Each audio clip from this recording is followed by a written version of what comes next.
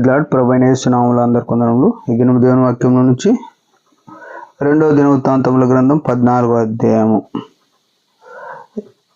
7వ వచనం. అతడు యూదా వారికి ఇలాగూ ప్రకటన చేసెను, మన దేవుడైన యెహోవాను మనము ఆశ్రయించినందున ఆయన మన చుట్టూ నెమ్మది కలుగజేసి ఉన్నాడు. దేశమందు మనము నిరభ్యంతరముగా తిరగవచ్చును. మనము ఈ పట్టణమును కట్టించి వాటికి ప్రాకారములను, గోపురములను, గుమ్మములను, ద్వారబంధములను అమర్చుదాము. కాగా వారు పట్టణమును కట్టి వృద్ధి నొందిరి. ప్రియమైన వాళ్ళారా, దేవుని యొక్క కనికరము, దేవుని యొక్క మహాకృప మన మీద నుండి ఈ దినం మనల్ని సజీవులుగా ఉంచినందున దేవునికి ఎంతో స్తుతిస్తూ వందనం చెల్లిస్తున్నాం. ద్వితీయోపదేశ 2వ దినవృత్తాంతం 14:7వ వచనంలో చూస్తే, అతడు యూదా వారికి ప్రకటన చేస్తూ వచ్చినాడు. ఎవరంటే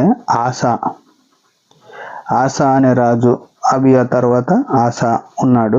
ఈ ఆసా అనే రాజు ఏమంటున్నాడు? యూదా వారికి ఇలాగ ప్రకటన, మన దేవుడైన యెహోవాను మనము ఆశ్రయించితిమి. ప్రియమైన వాళ్ళారా, ఇది ఎంతో మానవ చరిత్రలో మానవునికి ఉండవలసిన గొప్ప లక్షణం. ఇది ప్రాముఖ్యమైన లక్షణం. మన జీవితాల్లో అనేకమైన పరిస్థితులు, అల్పకాల యాత్రలు, అనేకమైన ఒడిదొడుకులు, అనేకమైన సమస్యలు, అనేకమైన నిందలు వస్తుంటాయి. వచ్చిన ప్రతిసారి మనకు రావని ఎవరం చెప్పలేము. ఎంత డబ్బున్న వాళ్ళకైనా, డబ్బు లేని వాళ్ళకైనా కష్టాలు, నిందలు, అపోహలు, అనేకమైన పరిస్థితులు వస్తాయి. వచ్చినప్పుడు మనం సమస్య ఎవరితో చెప్పుకుంటున్నామంటే వాళ్ళని ఆశ్రయిస్తున్నాం. మనం అంటే మన సమస్య కొద్దిగా చెప్పుకుందామని, లేకుంటే వాళ్ళు ఏమైనా సలహా ఇస్తారని మన ప్రయత్నాలు చేస్తాం.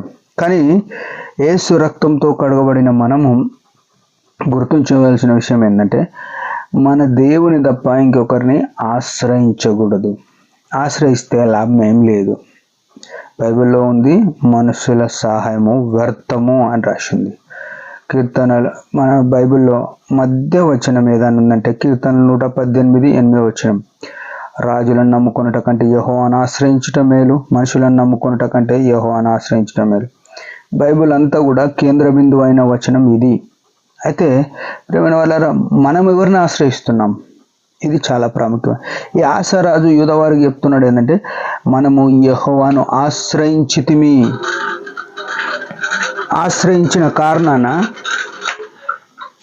యెహోవాను ఆశ్రయించిన కారణాన ఏం జరిగిందంటే వారికి గొప్ప మేలు. ఏంది? ఆశ్రయించినంత కాలము ఆయన మన చుట్టూ నెమ్మది కలుగజేసి ఉన్నాడు. ప్రియమైన వాళ్ళారా, ఎంత అద్భుతమైన సంగతి. ఈనాడు ప్రపంచంలో ఎన్ని యుద్ధాలు చూస్తున్నామంటే నెమ్మది లేదు, సమాధానం లేదు.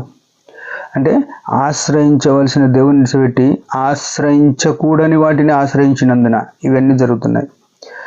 అయితే ఈ ఉదయకాల సమయంలో మనము దేవుని యొక్క కృపను మరొకసారి జ్ఞాపకం చేసుకొని, వాళ్ళు ఏం చేస్తున్నారు?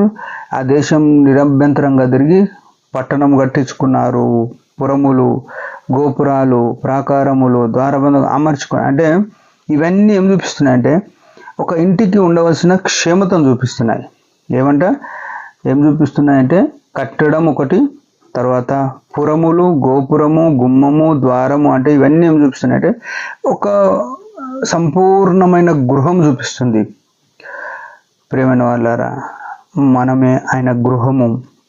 మనలో కూడా ఏవేవి లోటుగా ఉన్నాయో, ఏవేవి కొరతగా ఉన్నాయో అవన్నీ యెహోవాను, యేసుక్రీస్తు ప్రభువును అనుసరించినప్పుడు, అంగీకరించినప్పుడు, ఆశ్రయించినప్పుడు అవన్నీ కూడా ప్రభు కృప చొప్పున మనకు అమర్చబడినప్పుడు దేవుడు మనలో నివసించడానికి ఒక యోగ్యమైన స్థలంగా మనం చేయబడతాం. ఉదయకాలం మనం అట్లున్నామా లేమో మన జీవితాలు పరిశీలన చేసుకుని దేవుడి మాట దించినగా చిన్న ప్రార్థన. పరమ తండ్రి యేసు ప్రభు నామములో వందనాలు. నీ అత్యున్నతమైన కృపను బట్టి స్తోత్రం. నిన్ను ఆశ్రయించిన వారికి మేలు, ఉపకారము, సహాయము నీ వలన వస్తుందని మాకు వివరించినావు. అందుకే స్తోత్రం. మా జీవితం అంతా కూడా నిన్నే అనుసరించట కృపనీయమని యేసు ప్రభు నామములో, నిన్నే ఆశ్రయించటకు కృపనీయమని యేసు ప్రభు నామములో ప్రార్థిస్తున్నాం తండ్రి. ఆమేన్. మీరందరి పరిచయం వచ్చి భారంగా ప్రార్థన చేయండి. Praise the lord.